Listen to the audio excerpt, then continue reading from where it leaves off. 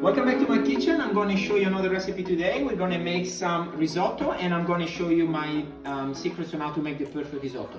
Secret number one, the rice. The rice here we have, this one is carnaroli rice. As you can see, is a shorter and fatter rice compared to the normal sort of Asian style rice.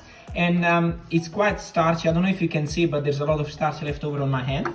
There's three main type of rice that are good for risotto. One is called carnaroli, which is this, which generally come from Piemonte, north of Italy. Then you have the vialone nano, which normally comes from Veneto. And you also have the arborio, which comes from south of Lombardy. So first trick, use one of these three type of rice. Second trick, very important, is the stock. Yesterday I bought some chicken necks and I made this beautiful chicken stock. You can make a veggie stock, you can make like a beef stock if you want. For me, I like the chicken stock, nice flavor, and there is a recipe that I'm going to show you how to make the stock as well. So the risotto we're going to make today is with saffron and zucchini flour. I got these beautiful saffron threads here, they come from Sardinia. Nice smell, beautiful. And I do have also some zucchini flour which I found at the supermarket, very nice, which I'm going to use for this recipe. We also have some eschalot, not a lot, just a little bit of eschalot, very finely chopped, parmesan and a little bit of butter. So the first thing that we're going to do now is start cooking the eschalot.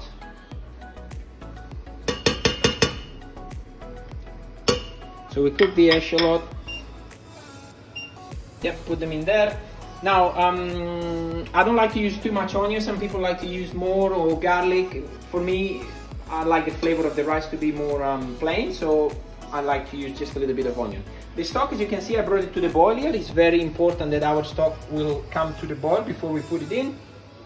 So we're gonna good amount of we put a good amount of butter in the pot, as you can see. One thing actually that I forgot to mention about the pot, it is very important. This is the amount of rice that we're gonna use.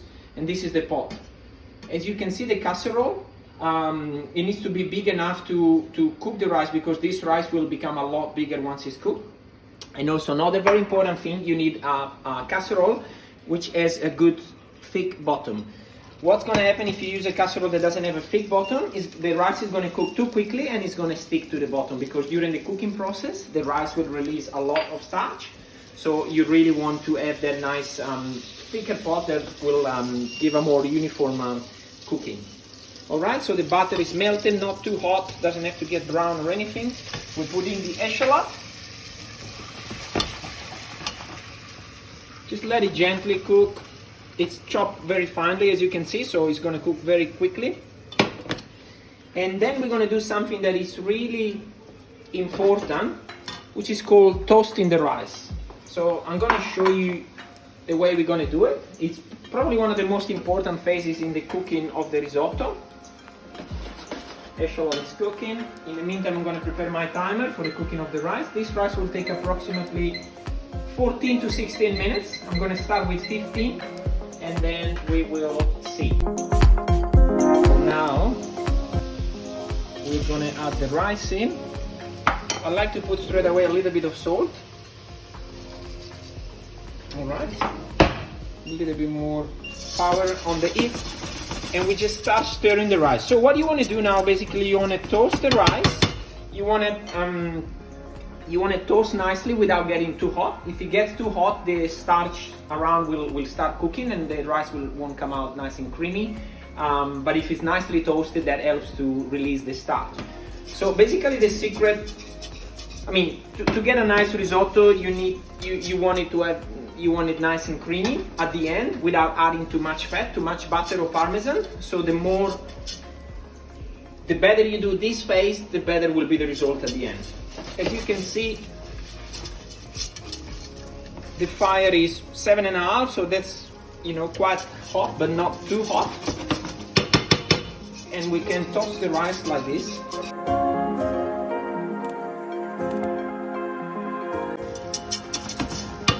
Nicely. So once it's nicely toasted, what's going to happen, the rice will almost become a little bit translucent. I don't know if you can start seeing it. You can see some of the grains are becoming a little bit translucent, like you can see it like in this one, for example. I don't know if you can see it from the phone, but that's when the rice is toasted enough. You could add a little bit of white wine here if you want, just a little bit, and let it evaporate. I don't have any white wine open, so I don't want to add it. We can go straight with the stock. And once we put the stock, we're going to start our timer straight away.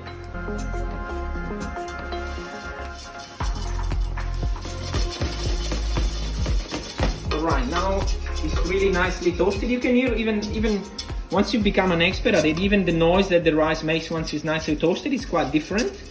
This is perfect. And now, watch out. This is the noise that you want to hear. Once you put the stock in, it needs to start boiling straight away. You never want to stop the risotto from boiling.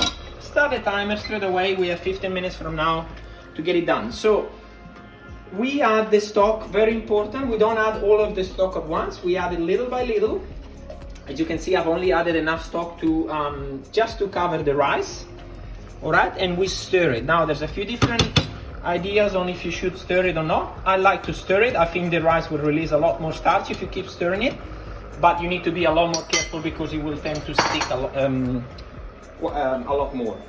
Now we decrease the fire a little bit, not too hot. It needs to boil, but not too, I would say a little bit more than simmering, but not boiling like boiling water.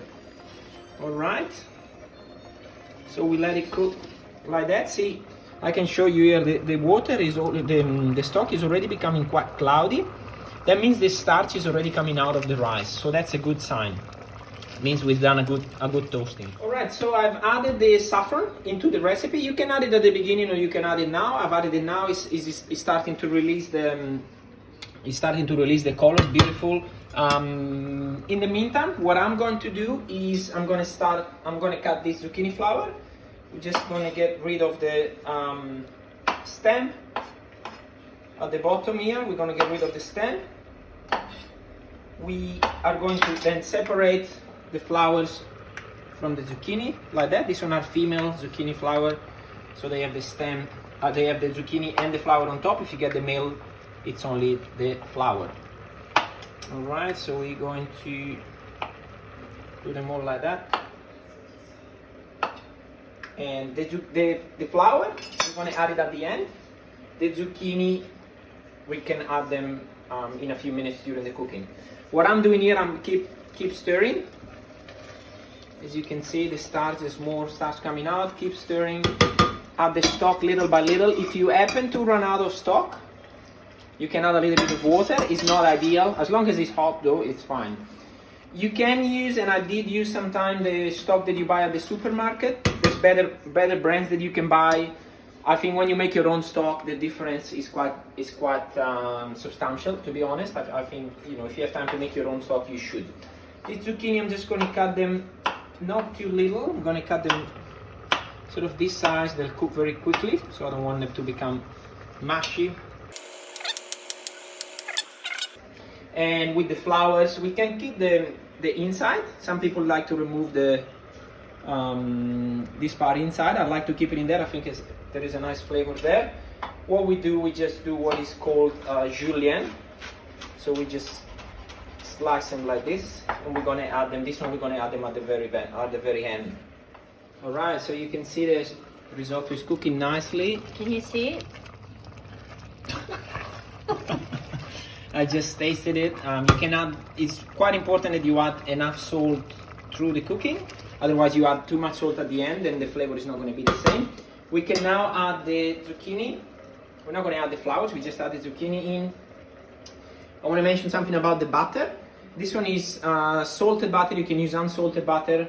Normally I prefer that, but I only add this one. So now what you have to do with the butter, which we're going to use at the end, you have to cut it in small cubes like this, and it needs to be cold. So kind of straight from the fridge and cut in small cubes like that.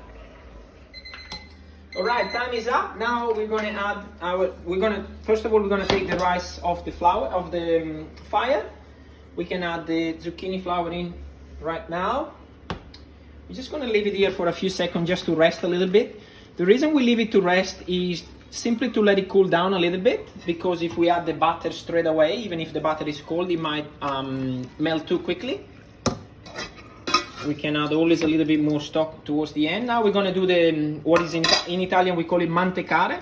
It's also very important, which is basically adding fat, generally butter, and parmesan. With this risotto, this particular recipe here, I like to add quite a bit of butter and cheese because I think this is a good recipe for butter and cheese.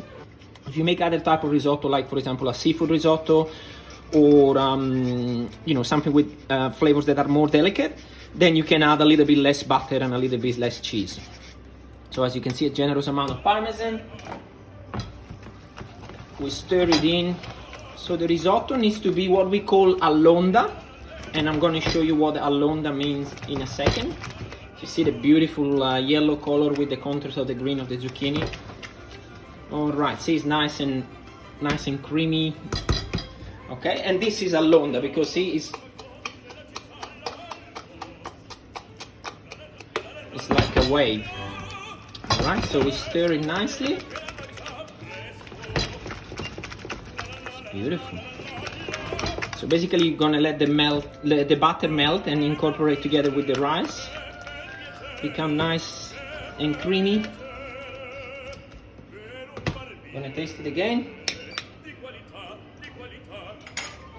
Amazing. And we are ready to eat again.